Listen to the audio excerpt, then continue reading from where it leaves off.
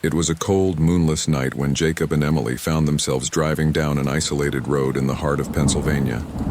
They had just left a wedding in a small, quaint town, one of those towns where everyone knows each other, where stories of the old and the dead are passed down like family heirlooms. The air was thick with fog, swirling around the car like ghostly fingers trying to claw their way in. The headlights cut through the darkness, but the road seemed to stretch endlessly, the trees on either side closing in like the jaws of a beast. They were alone, or so they thought. As they rounded a sharp corner, Emily gasped, gripping Jacob's arm. There, standing on the side of the road, was a woman. Her figure was faint at first, almost as if she were part of the mist that clung to the night. But as they approached, her form became clearer. She was wearing a wedding dress, once white, now dirtied and torn, the fabric hanging loosely from her frail frame. Her hair was matted and tangled, cascading down her shoulders like a dark waterfall. Jacob slowed the car, his heart pounding. "What is she doing out here?" he whispered, more to himself than to Emily. The woman didn't move, didn't signal for help. She just stood there, her eyes locked onto them, wide and filled with a sorrow so deep it chilled Jacob to his core. Emily, feeling an overwhelming sense of unease, urged Jacob to keep driving. But something in those eyes, that desperate gaze, compelled him to stop. He rolled down the window slightly, the cold air rushing in, bringing with it the scent of damp earth and decaying leaves.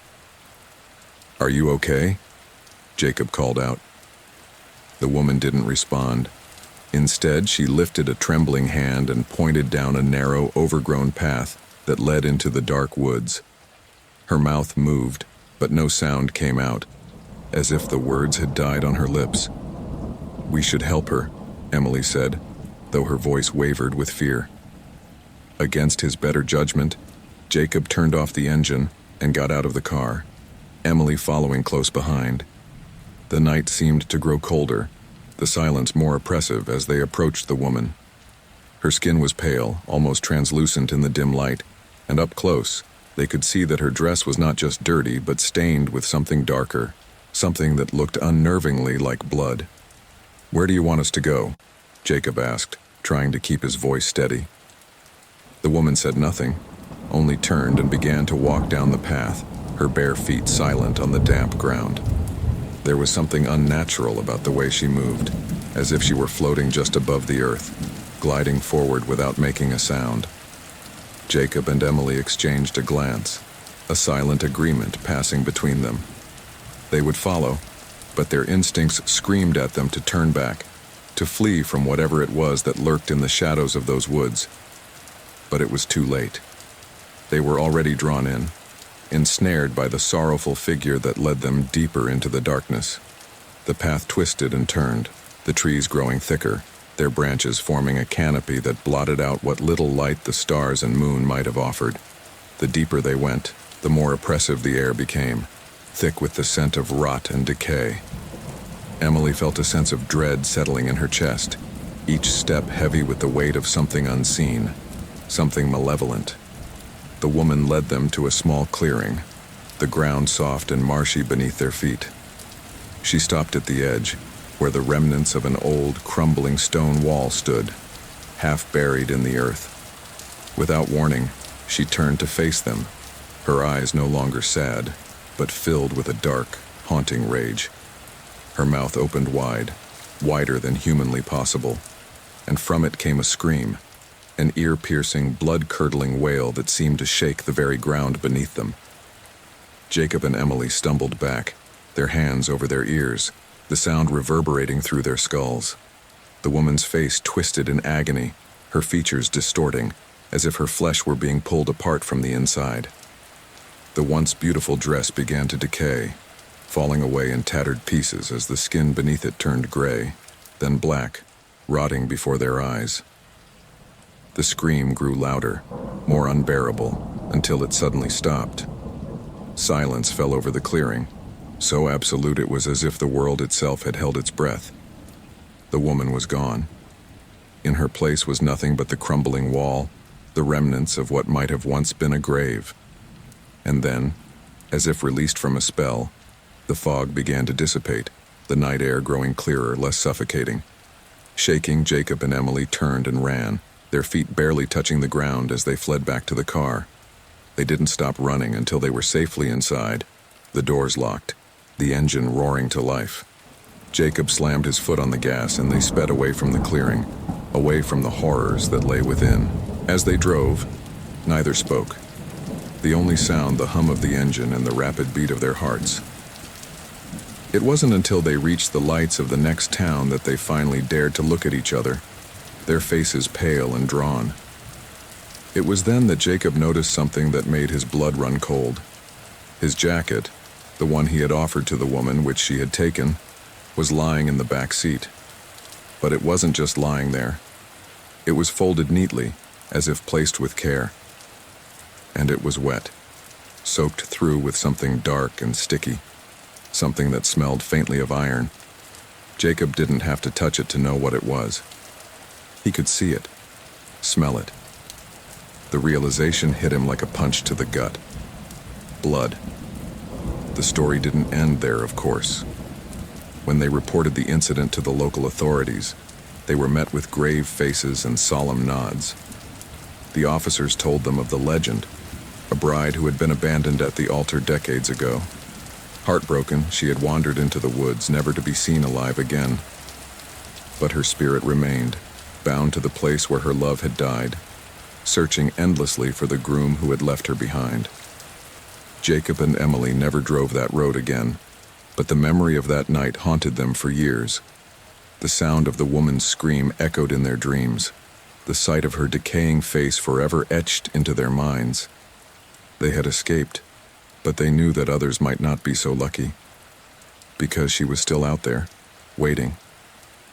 And on nights when the fog rolled in thick and heavy, when the air grew cold and the road seemed to stretch on forever, she would return. A ghostly bride, searching for the love that had been taken from her, doomed to wander the darkness for all eternity. Let me take you on a journey into the darkest hours of the night, where the line between the living and the dead blurs, and where the open road holds secrets too terrifying to be believed. It was the summer of 2016, and the desert highways of Nevada were as desolate as they come. Stretching out like a ribbon of black ink under the velvet sky, the road seemed endless, a vast expanse of nothingness, where even the moon dared not cast its light. Michael, a seasoned trucker, was no stranger to these roads. He had driven through countless nights, guided only by the stars and the hum of his engine. But that night, something felt different, off, as if the desert itself was holding its breath, waiting. The clock on the dashboard ticked over to 3 a.m., the witching hour, when the world is at its quietest, and the veil between the living and the dead is at its thinnest. Michael was driving alone, his headlights cutting through the pitch-black darkness ahead, when he noticed something strange. In his side mirror, far in the distance, he saw a pair of headlights approaching, fast, too fast. At first, he thought it was another trucker, maybe someone in a hurry to reach their destination. But as the lights grew closer, something about them filled him with an unshakable sense of dread. They were glaring, almost blinding, and the vehicle behind him wasn't slowing down. The massive semi-truck roared up behind him, its horn blaring like a beast from the depths of hell. Michael's heart pounded in his chest as he tried to make sense of what was happening. He accelerated, hoping to put some distance between them, but the truck only matched his speed, staying just inches from his bumper. The horn blared again, louder this time, the sound reverberating through the cabin like the roar of a demon. Michael's hands gripped the steering wheel so tightly his knuckles turned white. Sweat beaded on his forehead, his breath coming in short, panicked gasps. He glanced in the rearview mirror, trying to catch a glimpse of the driver, but the truck's headlights were too bright, obscuring any details. There was something unnatural about the way the truck moved, almost as if it wasn't bound by the rules of the physical world. It swerved from side to side, its massive form looming like a specter in the darkness, always just on the verge of ramming into him. Desperation clawed at Michael's mind as he pressed down harder on the gas pedal, But no matter how fast he went, the truck stayed on his tail. It was as if it was toying with him, a predator enjoying the chase before going in for the kill. He considered pulling over, but something deep inside him, some primal instinct, screamed that stopping would be the worst thing he could do. This wasn't just some reckless driver. This was something else, something evil. Suddenly, the truck surged forward, and for a terrifying moment, Michael thought it was going to plow into him. He swerved off the road, tires screeching on the gravel as he narrowly avoided a collision. The truck roared past him, its horn blaring one final deafening blast that seemed to shake the very earth beneath his wheels. But then, as quickly as it had appeared, the truck vanished. One moment it was there, a hulking monstrosity of metal and malice, and the next, it was gone, swallowed by the darkness as if it had never existed at all. Michael sat there, breathing heavily, his heart thudding in his ears. The only sound was the soft hiss of the cooling engine and the distant, eerie call of a coyote. He stared down the road where the truck had disappeared, but there was nothing. No sign of the truck, no fading taillights, no dust kicked up in its wake. It was as if the desert had swallowed it whole. Shaking, Michael managed to get back onto the road and continued driving, though his hands trembled and his mind raced with what had just happened. The rest of the drive was eerily quiet, the road stretching on endlessly, the desert around him still and silent. When he finally reached the nearest town at dawn, Michael was too shaken to continue his journey. He stopped at a diner, hoping a cup of coffee might calm his nerves. As he recounted his experience to the waitress, she gave him a knowing look and leaned in close. "You're not the first one to see that truck," she whispered. "They say it's the ghost of a trucker who lost control on that road years ago. Died in a fiery wreck. Now he's doomed to drive those lonely highways, forever searching for a way to escape the hell he's trapped in. If you're lucky, you'll never see him again." Michael never drove that stretch of road at night again, and though he tried to push the memory of that night to the back of his mind, it haunted him in his dreams, because in the dead of night, when he was alone on the road, he could still hear it, the distant blare of a horn and the thunderous roar of a truck that shouldn't exist. Some roads are best left untraveled after dark. Some stories are best left untold, and some ghosts, they say, are best left alone.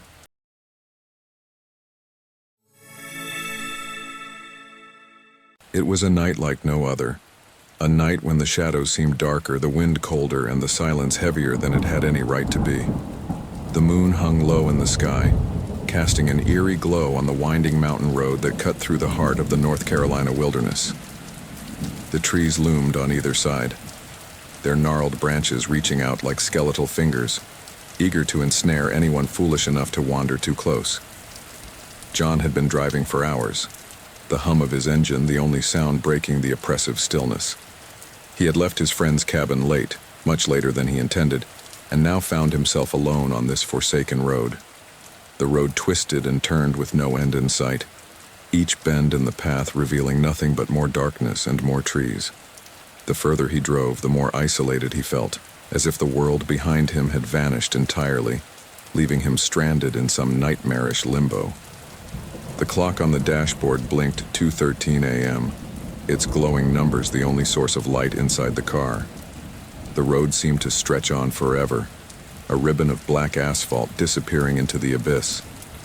John's eyes strained to make out the curves of the road ahead, but the fog rolling in from the trees made it almost impossible to see more than a few feet in front of him. Suddenly, a figure appeared in the middle of the road, materializing from the fog like a ghost. John's heart skipped a beat, his foot slamming on the brake pedal. The tires screeched in protest as the car skidded to a halt mere inches from the figure. His hands shook as he gripped the steering wheel, his breath coming in shallow gasps. For a moment he sat frozen, staring at the figure standing motionless in his headlights. It was a woman. She wore a long, flowing white dress, its fabric fluttering gently in the breeze. Her hair was dark and wild, cascading over her shoulders in tangled waves, but it was her face, pale as the moon, eyes wide and hollow, that sent a chill down John's spine. She stood there, unmoving, her gaze fixed on something far beyond the present, far beyond him. John rolled down the window, the cold air rushing into the car. "Miss, are you okay?" he called out, his voice trembling slightly. The woman didn't respond. She didn't even blink. Slowly, she began to move, but not towards him. No, she moved as if she was floating, gliding across the asphalt. Her bare feet made no sound as they touched the ground. And yet there was something deeply unsettling about the way she moved. Something unnatural. John hesitated, every instinct screaming at him to drive away, to leave this haunted place and never look back. But something held him there, rooted to the spot, as if the woman's presence had cast a spell over him. He watched as she glided closer to the edge of the road, towards the trees that whispered and rustled in the wind. And then she stopped. Slowly, she turned her head, her gaze locking onto his. Her eyes, dark, empty voids, seemed to pierce through him, seeing into the very depths of his soul. She opened her mouth as if to speak, but instead a low, guttural moan escaped her lips, growing louder and louder until it filled the car, echoing off the walls of his mind. John's heart pounded in his chest, the sound of her wail reverberating through his bones. He wanted to run, to escape this living nightmare, but he couldn't move. The woman's scream reached a deafening pitch, and just when John thought his eardrums would burst, it stopped. Silence fell over the road once more, thick and suffocating. The woman's expression changed, her eyes narrowing as she pointed a bony finger at the trees. Her hand trembled, her finger shaking violently as if it took every ounce of her strength to gesture in that direction. John followed her gaze, his eyes straining to see through the fog. But there was nothing there, nothing but darkness. And then he saw it. A shape, a shadow, moving between the trees. It was tall, impossibly tall, its limbs long and thin, like the twisted branches of the forest. It moved with an unnatural grace, slipping between the trees as if it was a part of them. John's breath caught in his throat as the shape drew closer, the fog parting to reveal a figure cloaked in shadow. The woman's hand dropped to her side, her head bowing as if in defeat. She let out a final, shuddering breath, her body trembling as the shadow drew near. And then, with one last mournful look at John, she stepped off the road and vanished into the trees. John sat in stunned silence, his mind reeling. What had he just seen? What was that thing in the woods? The questions swirled in his mind, but he knew one thing for certain. He needed to get out of there now. He slammed his foot on the gas, the car lurching forward as the tires spun on the wet asphalt. The road seemed to stretch endlessly before him, but he didn't care. He had to keep moving, had to put as much distance between himself and that cursed place as possible. The fog closed in around him, the trees blurring into a dark, menacing wall as he sped down the mountain. But even as he drove, he couldn't shake the feeling that something was following him, something unseen but ever present, lurking just beyond the edge of the road, waiting for the moment when he would let his guard down. It wasn't until he reached the small town at the foot of the mountain, lights flickering in the distance, that he finally allowed himself to breathe. He pulled into the gas station, the bright neon sign a welcome sight after the horrors of the night. As he stepped out of the car, his legs trembling, the attendant behind the counter looked up, his expression unreadable. "You look like you've seen a ghost," the attendant said, his voice low and gravelly. John could only nod, still too shaken to speak. The attendant's eyes narrowed slightly as he leaned forward. "You were on the old mountain road, weren't you?" Again John nodded, his mouth dry. The attendant sighed, rubbing a hand over his stubbled chin. "You're not the first, you know. That woman, she's been haunting that road for as long as anyone can remember. They say she was killed in a hit and run, left to die alone in those woods. And now, she's stuck there, forever searching for the one who took her life." John felt a chill run down his spine as the attendant continued. "And that thing you saw in the woods?" The attendant paused, his eyes darkening. "They say it's the one that took her, a shadow that never left, cursed to wander the forest, waiting for its next victim." John's blood ran cold as the words sank in. He had narrowly escaped whatever horror lurked in those woods, but the memory of that night would haunt him forever. As he drove away from the gas station, the first rays of dawn breaking over the horizon.